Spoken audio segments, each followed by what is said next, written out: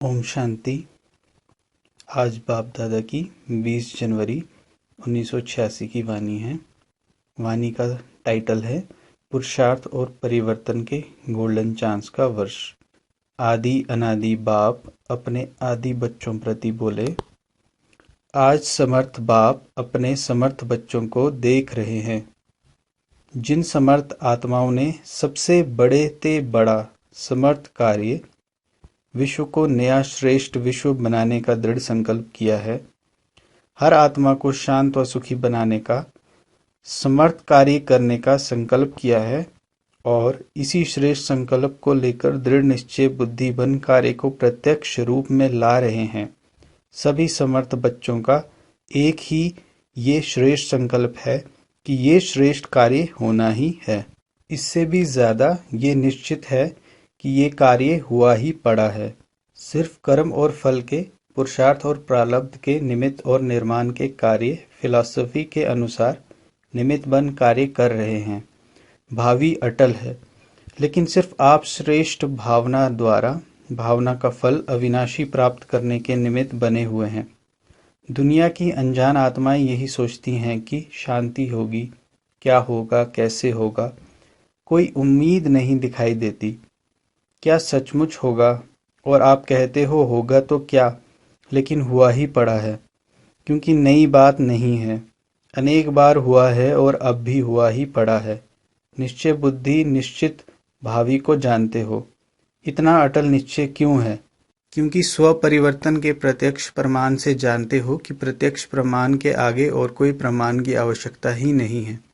साथ साथ परमात्म कार्य सदा सफल है ही है। ये कार्य आत्माओं, महान आत्माओं व धर्म आत्माओं का नहीं है। परमात्म कार्य सफल हुआ ही पड़ा है।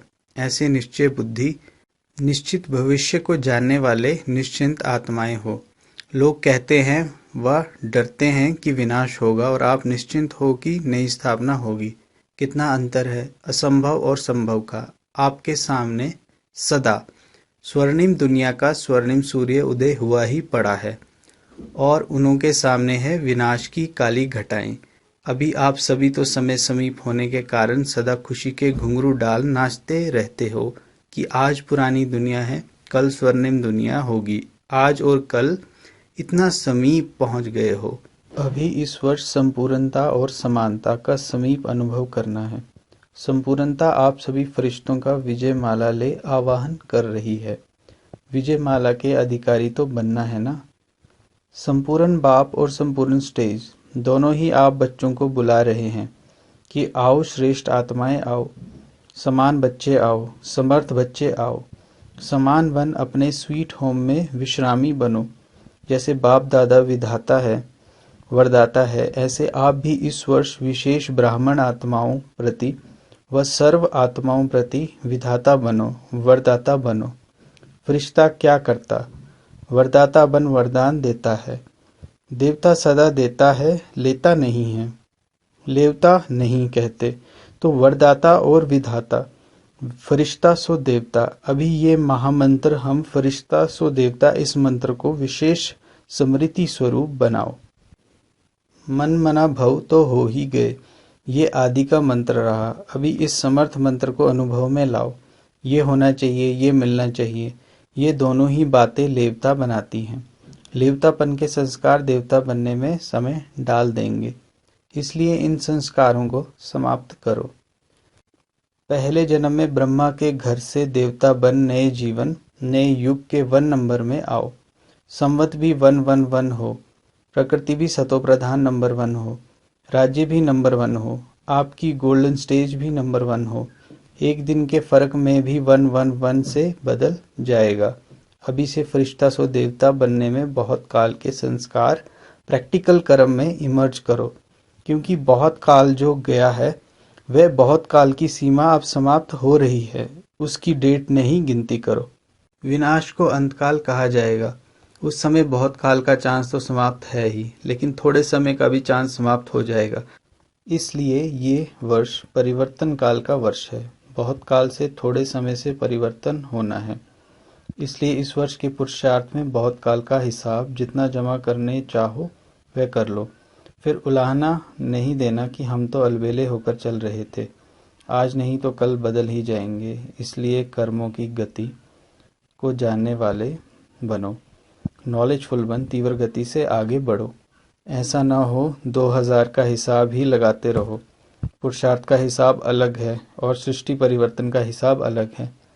ऐसा नहीं सोचो कि अभी 15 वर्ष पड़ा है, अभी 18 वर्ष पड़ा है, 99 में होगा, 88 में होगा, ये नहीं सोचते रहना।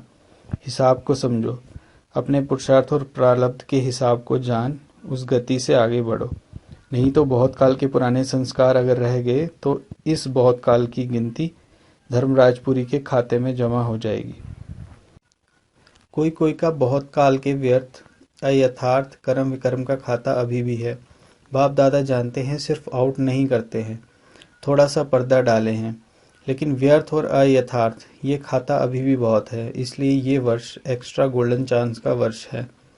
जैसे पुरुषोत्तम युग है, वैसे ये पुरुषार्थ और परिवर्तन के गोल्डन चांस का वर्ष है। इसलिए विशेष हिम्मत और मदद के इस विशेष वरदान के वर्ष को साधारण 50 वर्ष के समान नहीं गंवाना। अभी तक बाप स्नेह के सागर बन, सर्व संबंध के स्नेह में अलबेलापन, साधारण पुरुषार्थ, इसको देखते सुनते भी न सुन न देख बच्चों को स्नेह की एक्स्ट्रा मदद से एक्स्ट्रा मार्क्स देकर बढ़ा रहे हैं, लिफ्ट दे रहे हैं। लेकिन अभी समय परिवर्तन हो रहा है, इसलिए अभी कर्मों की गति को अच्छी तरह से समझ, समय का लाभ लो। सुनाया था ना कि 18वां अध्याय आरंभ हो गया है। 18वें अध्याय की विशेषता, अब समृद्धि स्वरूप बनो। अभी समृद्धि, अभी विस्मृति नहीं। समृद्धि स्वरूप अर्थात बहुत काल समृद्धि स्वतः और सहज रहे। अभी युद्ध के संस्कार, मेहनत के संस्कार, मन को मुंझाने के संस्कार, इसकी समाप्ति करो। नहीं तो यही बहुत काल के संस्कार बन अंतमति सो भविष्य गति प्राप्त कराने के निमित्त बन जाएंगे।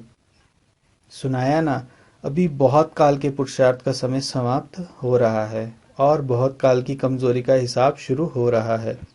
समझ में आया?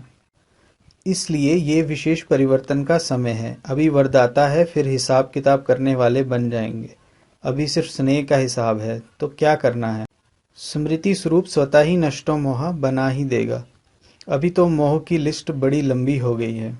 एक स्व की प्रवृत्ति, एक देवी परिवार की प्रवृत्ति, सेवा की प्रवृत्ति, हद के प्राप्तियों की प्रवृत्ति, इन सभी से नष्टो मोह अर्थात न्यारा बन, प्यारा बनो।